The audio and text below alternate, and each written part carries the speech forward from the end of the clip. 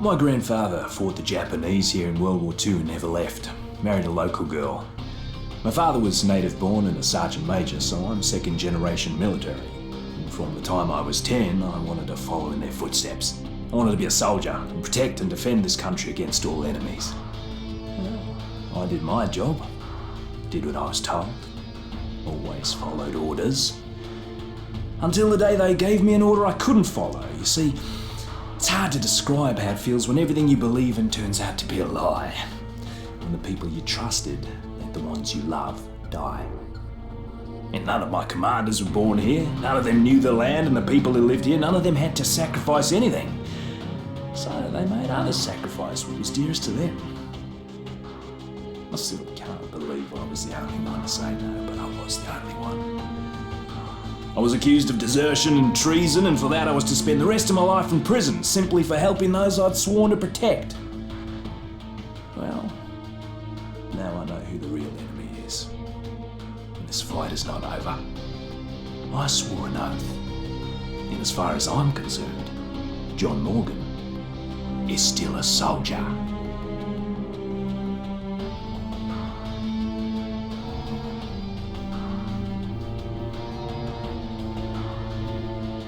I always thought I wasn't worth a damn. Even when I made all-pro quarterback. Even at the top of my game, leading my team to the championship, deep down I didn't think I deserved any of it. That everything had come crashing down. And damn it if I wasn't right. But did I learn from that? Did I change who I was? Hell no. I just enjoyed wallowing in my own goddamn misery. Yeah, boo-hoo, right? Well, I'm done with that. Seeing the whole world go to hell puts your own goddamn problems in perspective a little bit. I would have died at the Royal Palms for sure if good people didn't put their lives on the line for me. Not to mention what happened in Moresby in that goddamn jungle.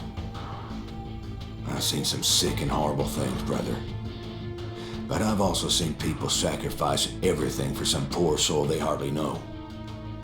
When you're saving some terrified bitch's ass, you don't have time to wallow in self-pity. There's a lesson there.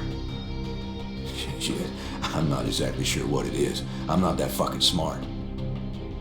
But I do know one thing, man. Logan Carter ain't as big a douchebag as everybody thought he was.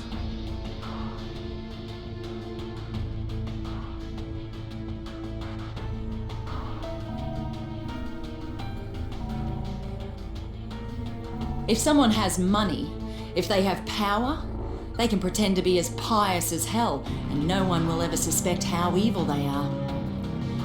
I learnt that firsthand working as a vice detective in Sydney. You know how many female half-Aborigine detectives there were before me? None. You think it was easy? Suffering the abuse of my so-called colleagues. Half of them hated me because I was a girl, and the other half didn't like the fact that my mum was a Koori. But when it's the end of the bloody world, no one gives a shit who you are or how big your bank account is. I saw it in the resort as the infection spread, and the rich, they died just as quick as the poor. And in Moresby, where the powers that be blew the bridges and trapped the less fortunate in the worst of it. But in the end, it didn't save any of them. When all the lies are stripped away, and the only thing between them and the bloody end is me, suddenly Perna is their best friend. Well, bugger them. I'm not here for them. I'm here for the ones who can't protect themselves.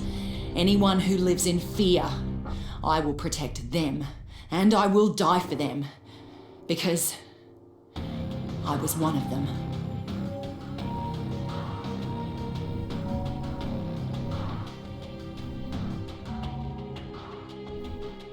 My father was a chief inspector for the Hong Kong police. He died when I was 10, and I told myself then that I would follow in his footsteps. I joined the force after graduating at the top of my class, but the men in charge never intended for me to be a real police officer. They didn't believe women were up to the task. But now, no one can deny who I am, what I've done, what I'm capable of. I thought I needed to prove my worth to my superiors. But now I know they are not and never were my superiors. It doesn't matter what they believe. It matters what I believe. And I know there is more to this tragedy than meets the eye. This infection, this plague is human-born. This is not nature correcting itself. This is mankind destroying itself. I saw how it swept the resort and reduced Moresby to bloody chaos. I don't know where it came from, but I do know that there are those in this world who would sacrifice millions to make billions. They operate unmolested with the approval of those who are supposed to protect us. In the end, I will expose them for the monsters they are. For I am Xian Mei, and I will honor my father's memory.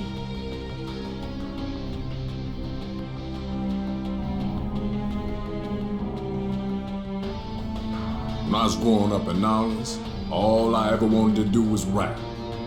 Man, I couldn't catch a break until Who Do You Voodoo. It was supposed to be a joke, but all of a sudden I was rich as shit. I had everything I ever wanted, man. Everything. Except respect. Nobody thought I was a real deal. Just some no-talent one-hit wonder. Hell, if I didn't start believing them. It's no surprise I'd never another hit after that. I ain't nothing to say. Well, you know what? I got something to say now. Didn't think I'd ever see anything as sad as Katrina. But this plague, what happened at the Royal Palms, what happened in Moresby, it's something out of goddamn horror movie, man. The dead are rising up against the living like it's the end of days, and maybe it is, but I gotta say, people do amazing shit when they up against it. The ones you think gon' stand their ground, they fucking run. And the quiet ones, the ones you don't even notice, man, they don't give an inch. They'll give up everything for somebody they don't even know. There's a song there somewhere. Shit. I don't even know if I'm gonna still be standing when all is said and done. But if I am, believe me, Sam B got something to say.